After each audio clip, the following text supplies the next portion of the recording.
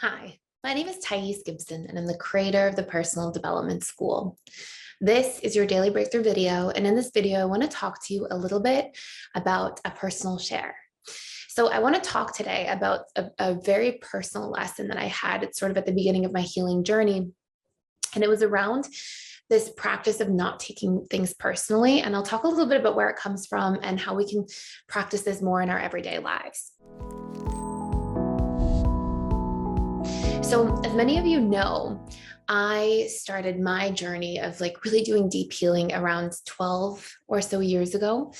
And it sort of happened as a result of going through a lot of chaos and having a lot of childhood trauma, a lot of things I really hadn't worked through, struggling with an addiction at a young age. And then I was fearful, avoidant attachment style for, my whole childhood and upbringing, and well into my late teenage years or early 20s and early adolescence and adult life. And so I really had a lot of healing to do, a lot of work to do. And, many times felt like, oh, I'll never really get there, or maybe it's not possible, or sort of lost hope.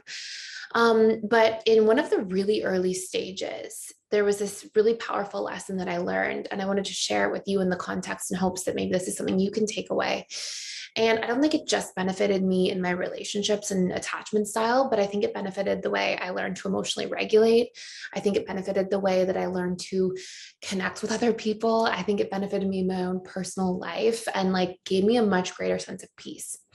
So really early into my healing journey, I was in school, in university, and I was working at this hotel called the Lowe's Hotel in Florida. And at the time, I was working in this cabana place. So during the day, people would come in, and I was basically like a waitress for the cabana, but I would also sort of take care of them, make sure they had their towels for the cabanas and make sure the kids were all happy, and just you're sort of almost like their personal concierge in a way as well.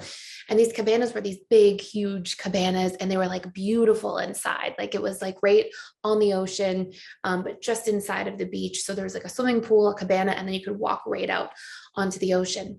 And I remember at the time it was Thanksgiving, and this family arrived early. They got there at 8:30 in the morning, and this man was there. And he was actually renting these 3 cabanas. And I can't remember exactly how much they went for, but I think, 12 years ago, 13 years ago, however long ago it was, they were paying I want to say a couple $1,000s per cabana a day to rent it. So, you're well-to-do and you're coming in. And so this man had these 3 cabanas rented for his whole family. And at the time I was reading this book called The 4 Agreements, and it was oh, take nothing personally.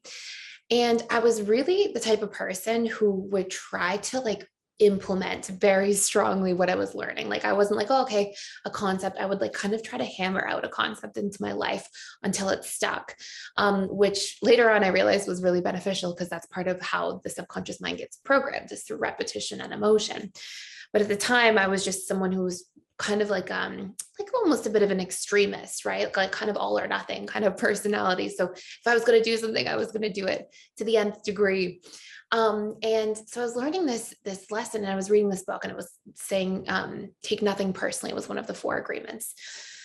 And there was a line in this book, and it said, taking everything personally is the ultimate expression of self-centeredness, because it's the assumption that everything revolves around you. And I remember being oh, that kind of stuck with me. And I went to work that morning, and I got there, and I remember this man asking me for Starbucks coffee, but there was no Starbucks on the hotel. We had other coffee that we would brew, but there was no Starbucks there.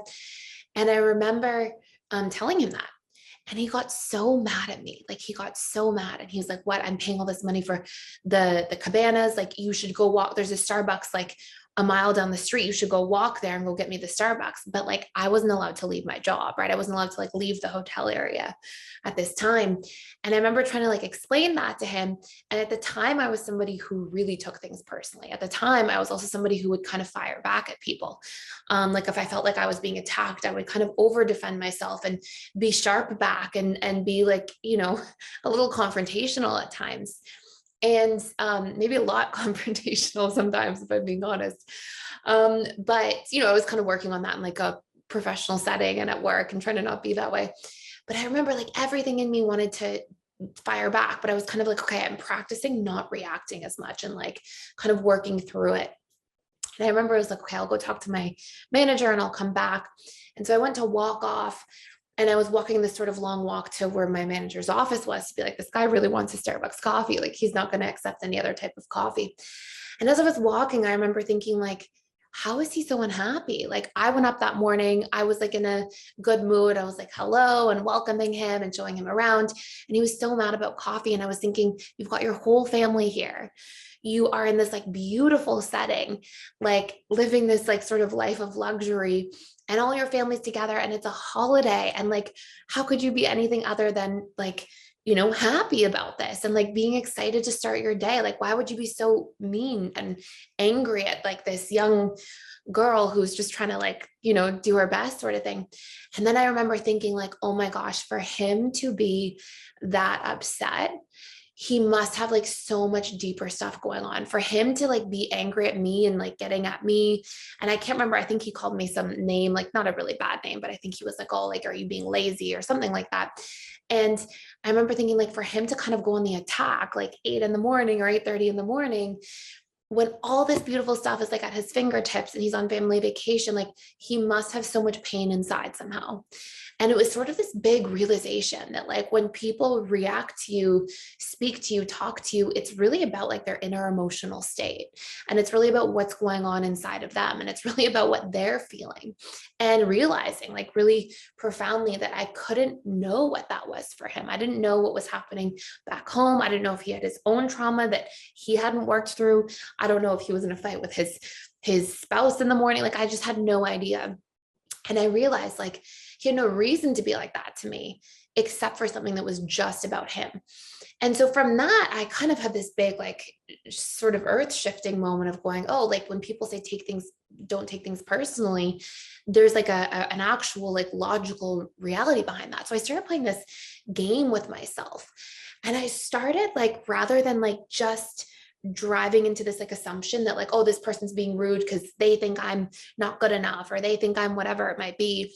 They think I'm lazy, or they think I'm, they're trying to control me, or they're, rather than going to this like personal assumption, I started playing this game with myself where every time somebody would do something that made me feel on the offense or defense or frustrated, I would practice just trying to be like, what is the sponsoring intention behind their actions? What is something that I don't see? And trying to kind of list off like a couple of reasons, like maybe he was in a fight with his spouse. Maybe he has a lot of stress and pressure. Maybe he overextended himself financially for this trip and he's feeling really stressed. Maybe he had a lot of childhood trauma that he hasn't resolved. And so I try to kind of look for those things. And it was so powerful for me to like step outside of myself, step outside of like that ego mind self that wants to like personalize everything. And that's what children do, right? This is what, like, it's almost like an evolving as we learn to not do that, right? The childhood mind personalizes everything. And so I try to like, play this sort of game where I'd be like, oh, it could be this, it could be this, it could be this. And just realizing that it could be so many other things that were responsible for why somebody was acting a certain way towards me. And it wasn't just about me. And it wasn't about me being trapped or controlled or, whatever it might be.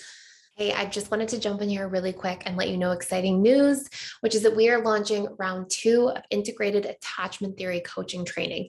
This is training with me about everything related to attachment styles, reconditioning the subconscious mind, and also includes a full session all about how to build your business, how to produce funnels, how to really up level so that you can work from home, work with clients, have the freedom and flexibility you want to be of service, to contribute after a whole bunch of training, really learning about these tools and tips from the inside out.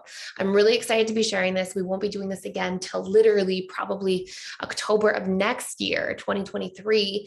So join now while you can. We're doing this because of popular demand from our last one. Our seats filled up so quickly, and I would love to be able to share this with you. So if you want to learn more and get on the list below, you can click the link in the description box, and we begin this October 5th.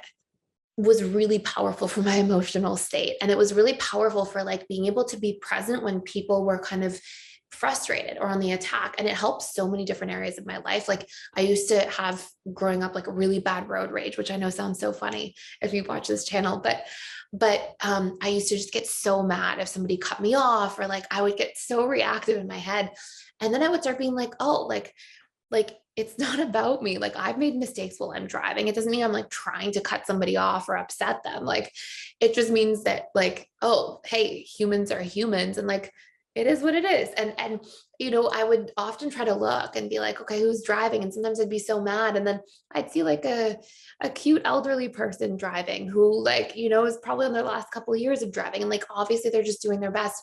And so it's just, you know, we'd see these different dynamics of how easy it is to like take things personally and jump to assumptions and jump to conclusions. But, you know, playing this game of like, what could it be other than something about me? And trying to look for like evidence or ideas just helps you like emotionally step out of that like personalization and that like intense, you know, taking it personally. And so I find it to be a really powerful sort of perceptual shifter and a really fun game to kind of play. And through repetition of doing that over time, it reconditions your set point. So what I came to learn later on is that our subconscious mind gets programmed. And if we're used to taking things personally, if we're used to make everything about us, that's our like first go-to. But as you do this repetitively, it actually reconditions. So you start being able to step outside of yourself and see people and have more space for people and have more compassion for people a lot of the time too. I remember that day thinking like, oh, this poor guy, like he must feel miserable or really unhappy if he's in a position where he is like so upset despite having all these things at his fingertips, and feeling kind of like a compassion for him. Like he must have stuff going on that I can't see right now. And it really is sort of like a bit of a heart opening experience. And again, it helps you have more room to be rooted in yourself, to feel emotionally regulated, and was a really powerful thing for me. So I hope this makes sense. Let me know, you know, I'll do 7 days of this stuff, and let me know if there's anything that you want to hear specifically, or relationship questions you have or things like that. And then also, if you want to check out the Personal Development School for free for 7 days, you can check it out by clicking the link below. And if you want to work on not taking things personally, a really powerful course for this is the Emotional Mastery course. And it really helps you to like reprogram core beliefs that are usually the exact beliefs our mind jumps to when it begins taking things personally. It tends to go there, sort of thing. So you can check that out in the link in the description box below. And thank you so much for watching. And please like, share, and subscribe to this channel if you haven't already. And I'll see you in the next video.